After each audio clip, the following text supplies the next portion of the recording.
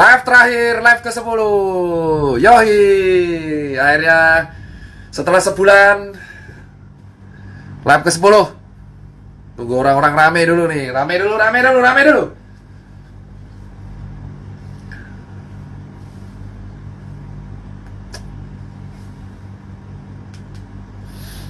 kasih kawan-kawan. Fokus kita hari ini adalah solusi evaluasi kejadian setelah 9 yang terjadi.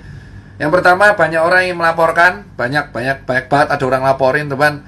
Gara-gara saya nge-repost atau apapun. Cuman saya nggak bahas itu, terserah lah. Dan resiko kalau kita bersuara tuh pasti ada ancaman laporan UITE dan kawan-kawan.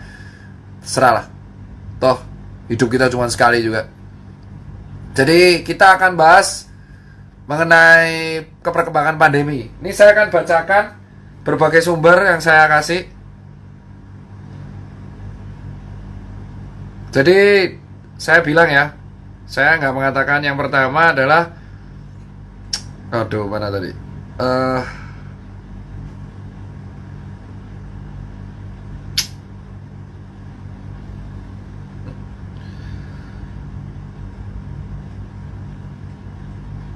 Jadi gini kawan-kawan, kita akan bahas mengenai syarat herd immunity. Jadi saya akan bacakan dari mayoclinic.org. Yang pertama nih, live ke-10, live terakhir saya. Entah habis ini saya hilang apa enggak. Saya lakuin live cuma sampai maghrib ya. Azan maghrib langsung stop. Pertama, kenapa herd immunity important? Ini dari saya membacakan dulu. Jadi herd immunity itu adalah ketika sebagian besar dari sebuah komunitas menjadi kebal terhadap penyakit dan menyebabkan penyebaran penyakit antar orang ke orang menjadi mustahil. Seringkali presentasi dari populasi yang harus ada syarat tertentu agar bisa disebut menjadi herd immunity. Suatu hal, presentasi atau jumlah tertentu populasi yang terinfeksi dan kebal ini dinyamakan jadi threshold proporsi. Threshold proporsi ini menjadi syarat salah satu menjadi herd immunity. Berapa persen dari komunitas yang digunakan untuk mencapai herd immunity? Maka tergantung dari penyebarannya. Syaratnya adalah minimal 94% dari sebuah populasi harus menjadi kebal untuk bisa mencegah transmisi penyakit tersebut. Herd immunity itu bisa dicapai dengan dua cara, yaitu vaksin dan infeksi. Vaksin dari virus itu menyebabkan tentara antibodi kita menjadi kebal. Jadi vaksin itu bukan obat, tetapi sebuah pencegahan agar antibodi kita, tentaranya lebih kuat, sehingga menjadi tidak bisa terinfeksi. Kalaupun kena, nggak ada gejala. Atau kedua, natural infeksi. Nah, untuk sampai vaksin tersebut ada, maka syarat dari Mayo Clinic ini agar memperlambat penularan COVID-19 adalah mencegah gathering massal atau kerumunan. Kedua, mencegah kontak dekat. Ketiga, di rumah aja. Ini usul ya. Ini saya baca jurnal ya. Terus mencuci tangan setiap waktu dengan sabun atau hand sanitizer. Memakai masker di tempat area, contoh tempat pasar market dan kawan-kawan. Nah, ini dikeluarkan oleh Mayo Clinic. Nah, sekarang kita tahu kenapa saya bilang tolong dibuka pikirannya kawan-kawan sekalian. Vaksin, COVAX. Jadi ada sebuah organisasi yang dibuat, bukanlah, sebuah gerakan yang dibuat oleh WHO. WHO membuat sebuah gerakan bernama COVAX. COVAX ini simbolnya adalah, bisa dicek di Google banyak, Working for Global Equitable Access to COVID-19 Vaccine. Dan COVAX ini dimulai oleh ACT Accelerator yang didanai oleh CEPI dan Gavi. Dan Gavi ini dimulai oleh si Bill and Melinda Gates Foundation. Di situsnya WHO, kenapa kita membutuhkan COVAX? Karena ini situsnya WHO, mengembangkan sebuah vaksin untuk melawan COVID-19 adalah tekanan yang paling penting di sekarang ini. Dan tidak ada yang bisa memenangkan perlombaan ini sampai semuanya menang. Jadi, COVAX menawarkan 1. Dosis minimal paling enggak 20% dari populasi negara.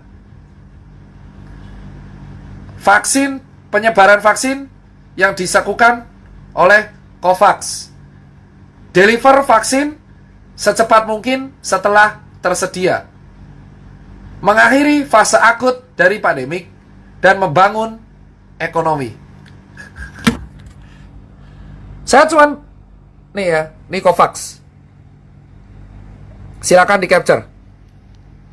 Jadi, saya mengajari kalian soal COVAX.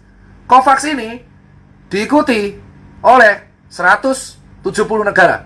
Jadi COVAX ini menjanjikan kalau kamu naruh duit di COVAX, kamu akan mendapatkan hal ini. Mendapatkan dosis minimal 20% dari populasi.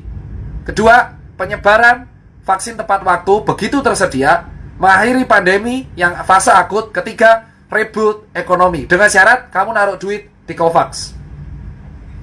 Nah, terus COVAX is the vaccine pillar of the access to COVID-19 tools, ACT Accelerator, Access to COVID-19 tools. ACT Accelerator adalah sebuah kolaborasi global yang digunakan untuk mempercepat pengembangan, produksi, dan kesediaan akses untuk 3T, tes, treatment, dan tracing, dan vaksin ditambah. COVAX dimulai oleh Gavi dan CEPI. Anehnya, COVAX ini tuh intinya kayak koperasi, bro. Jadi COVAX itu semacam koperasi yang melibatkan banyak negara. COVAX merupakan sejenis koperasi yang melibatkan banyak negara. Jadi kamu naruh duit di sana, kamu akan mendapatkan fasilitas berupa vaksin, paling enggak minimal 20% dari populasi, dan reboot ekonomi. Dan saya baca di berita, benar, pada tanggal Oktober hari ini, Jumat Oktober 16, 2020, di berita nasional.kompas.com, Indonesia bakal dapat subsidi harga vaksin COVID-19 dari COVAX Facility. Dijelaskan oleh Kemenlu, Direktorat Jenderal Kerjasama Multilateral Kemenlu, Febrian Alpianto Rudiat, yang akan mengatakan Indonesia mendapat subsidi dari vaksin Facility COVID-19 COVAX. Dan Indonesia mendapatkan 20% dari total populasi, sesuai dengan kata-kata COVAX. Dan dipertegas oleh Perpres Peraturan Presiden nomor 99 tahun 20 pasal 7 yang menegaskan kerjasama pasal 7 ayat 1 Perpres nomor 99 tahun 2020 yang ditandatangani oleh Menteri Hukum Yasona. Kerjasama dengan lembaga atau badan internasional sebagaimana dimaksud dalam pasal 4 ayat 1 huruf C dilakukan dengan lembaga atau badan internasional yang melakukan penawaran atau kerjasama penelitian, produksi, atau dan penyediaan vaksin COVID-19. Lembaga tersebut meliputi CEPI atau Coalition for Epidemic Preparedness Innovation, B. The Global Alliance for Vaccine and Immunization Gavi yang diinisiasi oleh Bill Gates, atau C. Lembaga badan internasional lainnya. Jadi, mau nggak mau, vaksin ini harus kita ambil. Terlepas vaksin ini wajib atau tidak, tapi dari Perpres kayaknya vaksinnya wajib. Tetapi WHO menyatakan bahwa vaksin ini diutamakan untuk orang-orang yang beresiko. Dikatakan, berita yang viral hari ini dari Kompas dan mengatakan orang muda yang sehat bisa tidak dapat vaksin corona hingga 2022.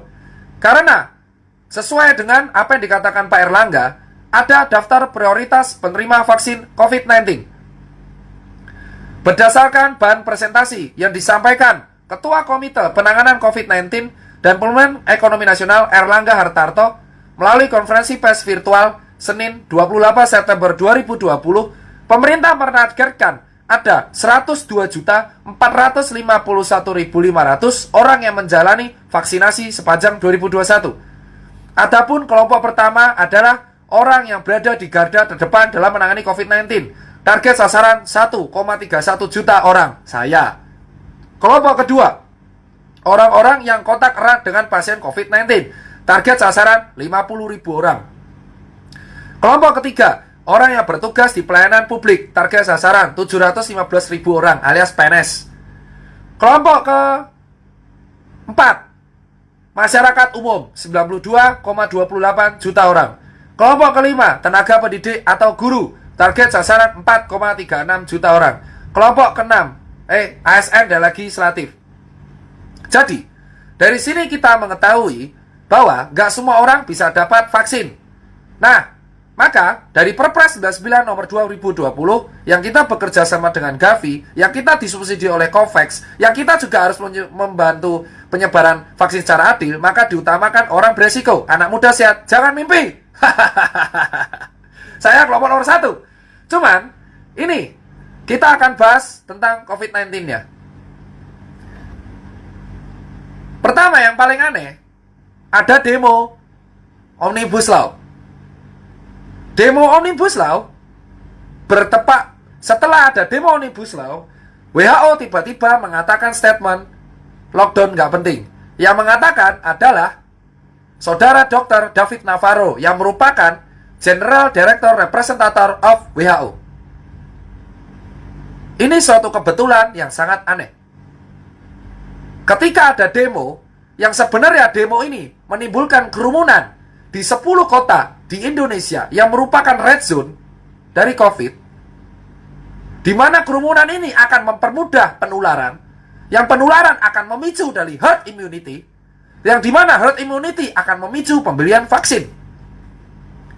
Terjadinya demo ini 3 hari kemudian WHO mengemukakan bahwa lockdown itu tidak penting dan memuji negara-negara yang tidak melakukan lockdown karena akan mengganggu ekonomi negara tersebut.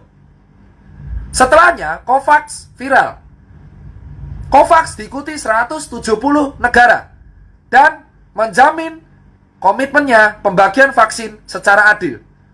COVAX itu menyerang 2 negara di dunia, yaitu China dan Amerika Serikat. Di sini diberitakan bahwa Amerika Serikat menolak bergabung dan mendanai COVAX. Amerika memilih untuk mengamankan vaksinnya sendiri. Berita dari Washington Post, US says, saya tidak mungkin bergabung dengan pengembangan yang dilakukan oleh WHO, yaitu COVAX. China, tempat asal COVID-19, Wuhan, memutuskan China menandatangani perjanjian distribusi vaksin corona ke negara miskin. Yang akhirnya pada tanggal Jumat 9 Oktober 2020, China akhirnya memutuskan bergabung dalam pendistribusian vaksin COVID-19 global, yakni COVAX. Berita ini muncul beberapa saat setelah demonstrasi. Demonstrasi dilakukan tanggal 8 Oktober 2020. China bergabung dalam distribusi vaksin per 9 Oktober 2020. Statement China untuk distribusi vaksin ke negara miskin itu Jumat 9 Oktober 2020.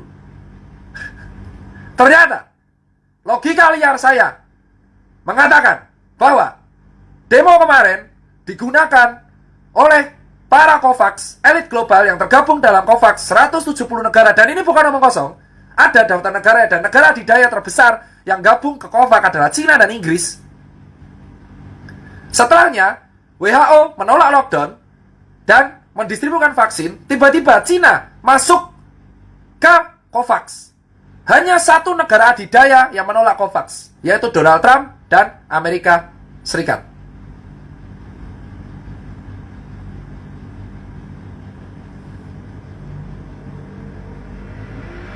Jadi, sesuatu yang ingin saya sampaikan adalah COVID-nya ada. COVID merupakan virus. Virus yang merupakan perbatasan antara makhluk hidup dan benda mati. Transmisi virus COVID itu sangat viral. Awal mula virus COVID-19 dari live 1 sampai 9, virus COVID-19 ditemukan pertama di kelelawar. BAT virus, virus kelelawar. Yang komposisinya protein nukleotidanya mirip mencapai 95%. Karena orang-orang Wuhan suka makan kelelawar, virus tersebut viral di Wuhan. Wuhan, Cina, pada bulan Desember 2019, itu merupakan salah satu kota paling sentral di dunia untuk perdagangan teknologi dan alur transportasi. Dari Wuhan akhirnya menyebar ke seluruh dunia karena turis Cina merupakan turis penyumbang pariwisata terbesar di beberapa daerah. Pada bulan Februari 2020, Indonesia telat menutup gate-nya. Kenapa telat menutup gate-nya? Karena kita masih menerima pemasukan terbesar, yaitu turis Cina.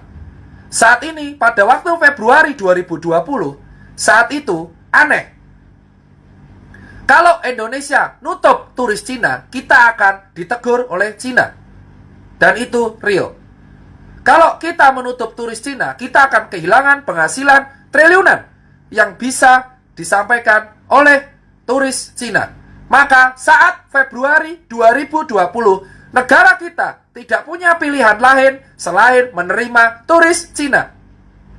Pada waktu itu, turis Cina masuk ke Indonesia. Ini adalah fakta dan yang belum dibuka ke masyarakat. Sejatinya saat itu, Cina menekan Indonesia agar turisnya tetap diterima. Dan saya dapat info ini bukan kaleng-kaleng. Jadi saat itu, pemerintah kita tidak ada pilihan selain membuka turis Cina. Saat itu COVID yang dibawa oleh turis Cina menyebar sangat masif di Jakarta dan di Bali. Lalu menyebar ke daerah-daerah lain. Untuk mengatasi COVID, sampai munculnya vaksin yang ternyata Bill Gates sudah join dan memulai Gavi dari tahun 1999. Seorang pengusaha teknologi melihat ceruk bisnis di balik vaksin. Bill Gates beberapa statementnya mengemukakan bahwa kelak manusia akan kelar karena virus pernafasan. Virus yang penyerang pernapasan. Dari sejak flu Spanyol, MERS, H1N1, H5N1, flu burung, sampai akhirnya COVID-19 yang selalu menyerang pernapasan. Gavi sudah mengembangkan vaksin-vaksin di bidang pernafasan. Gavi dan CEPI menjadi garda utama untuk pengembangan vaksin COVID-19. Pada bulan Maret dan April 2020, WHO menyarankan untuk lockdown. Dan saya masih ingat di berita saya capture, WHO menyayangkan Indonesia yang telat. Tetapi sekarang, di Oktober, 3 hari setelah demonstrasi 2020, WHO menolak lockdown. 1 hari setelah demonstrasi Omnibus Law, ternyata Cina masuk mendistribusikan vaksin. Pada waktu Omnibus Law kemarin disahkan, kita lupa, ternyata Perpres disahkan tanggal 6 Oktober 2020. Perpres mengenai vaksin ditandatangani oleh Bapak Yasona Lawli, Kementerian Sekretariat Negara, Bidang Hukum dan Perundang-undangan, pada tanggal 6 Oktober 2020, 1 hari setelah Omnibus Law disahkan. Kita lupa, ternyata vaksin sudah akan disebarkan secara masif di Indonesia melalui Perpres 99 tahun 2020, dan kita tidak akan bisa menolaknya. Dan Indonesia akan mendapatkan vaksin Sinovac dari Cina yang tiba-tiba masuk ke COVAX yang dibuat oleh WHO. Anehnya, COVAX yang berawal dari Amerika Serikat justru didanai utama oleh Bill Gates dan Cina. Dan ini bukan konspirasi, ini fakta, ada di media dan disebarkan ke Indonesia. Saya merupakan salah satu penerima vaksin paling pertama. Tapi saya mengajari kalian, ternyata kita hanyalah pion-pion catur yang dimainkan oleh para pemain kita, yang tergabung, yang dinamakan oleh elit global. Yang elit global ini ternyata tergabung dalam COVAX. Dan emang itu ada.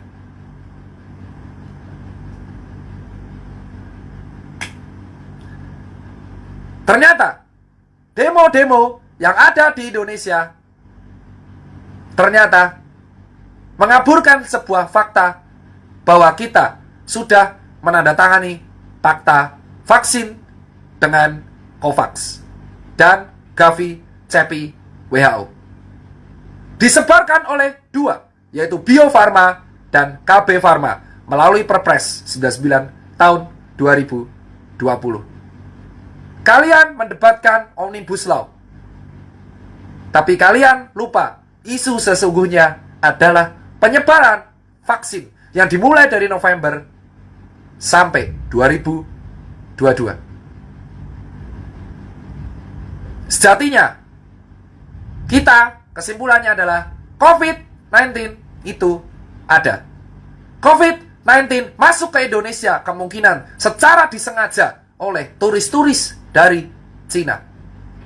Karena pada bulan Februari, negara kita tidak bisa menutup karena ada tekanan dari luar melalui turis-turis Cina yang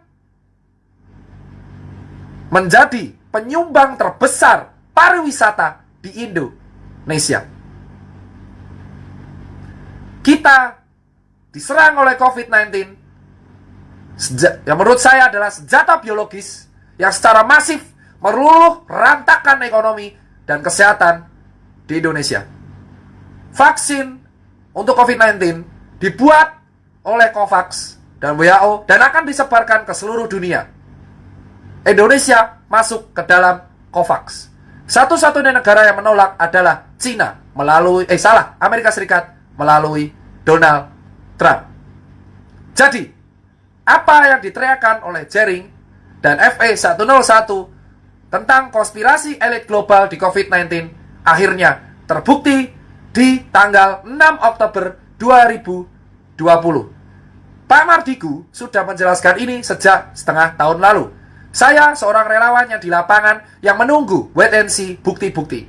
Ternyata kita sudah terjebak dalam lingkaran COVID-19. Jadi apa yang diteriakan oleh FE mengenai COVID itu adalah senjata yang memang dibuat dan ditransmisikan oleh orang Cina, turis Cina ke Indonesia secara sengaja pada bulan Februari 2020 yang membuat Indonesia luluh lantak secara ekonomi dan secara kesehatan. Dan akhirnya, mau nggak mau kita masuk ke COVAX, yang COVAX ada Cinanya dan Bill Gates-nya dan tidak ada Amerika Serikatnya. Dan kita, sekali lagi, akhirnya mengeluarkan uang dalam jumlah besar untuk membeli vaksin. Dan anehnya, demo Omnibus Law dilaksanakan 8 Oktober 2020 sebelum tragedi Cina masuk ke COVAX. Sekian berita di live ke-10. Kita sebagai rakyat hanya bisa pasrah. Saya sudah mendapat ancaman untuk dibully dari beberapa para elit di Indonesia tentang UU ITE. Untungnya lolos karena saya cuma repost. Pada dasarnya, kita nggak bisa lepas dari vaksin. Pada dasarnya, COVID-19 memang sudah disetting untuk masuk ke Indonesia.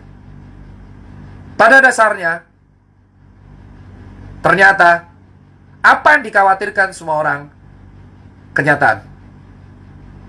Pada dasarnya, Omnibus Law adalah sebuah pengalihan isu tentang vaksin. Semua orang fokus ke Omnibus Law tanpa sadar bahwa draftnya memang belum ada. 812 halaman baru ada dipegang Hotman Paris tadi. Kita lupa, ternyata COVID-19 meluluhlantakkan Indonesia ke dalam genggaman negara adidaya. Sekarang kita nggak bisa menolak kuasa Cina dan COVAX dan Bill Gates yang akan menyebarkan vaksin tersebut secara cepat. Karena kita nggak bisa nolak. COVID-19 virus yang ada. COVID-19 perbatasan antara benda mati dan makhluk hidup. COVID-19 tidak ada obatnya. COVID-19 hanya bisa dicegah dengan tentara.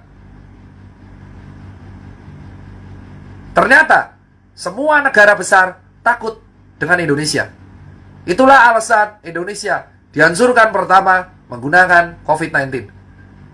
Indonesia itu ditakuti oleh negara adidaya sejak tahun Pak Karno. Karena perang sudah dilarang, maka kita dijajah lagi oleh COVID-19. Mungkin kalian meremehkan dan mengabaikan COVID, tapi sejatinya pajak kalian digunakan untuk membeli COVID, vaksin, yang dihasilkan oleh COVAX, diatur oleh Kementerian Keuangan. Ternyata konspirasi yang selama ini diejek oleh banyak orang ternyata kejadian. Saya bilang, vaksin bukan obat. Vaksin adalah sarana untuk mencegah, bukan obat. Jadi COVID memang bisa sembuh tanpa vaksin. Vaksin adalah pencegahan. Saya bilang, kamu netizen jangan bodoh-bodoh amat. Vaksin bukan obat COVID. Vaksin mencegah agar kita tidak terinfeksi COVID. Karena COVID yang mutasi terus.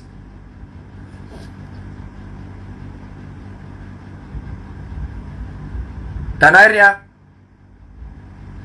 sekarang kita menikmati hasil. Kalian berdebat tentang Omnibus, tapi kalian lupa, COVAX dan Cina sudah menjajah kita lewat vaksin. Terima kasih telah menonton saya selama 10 live. Sebagai rakyat, kita hanya bisa pasrah,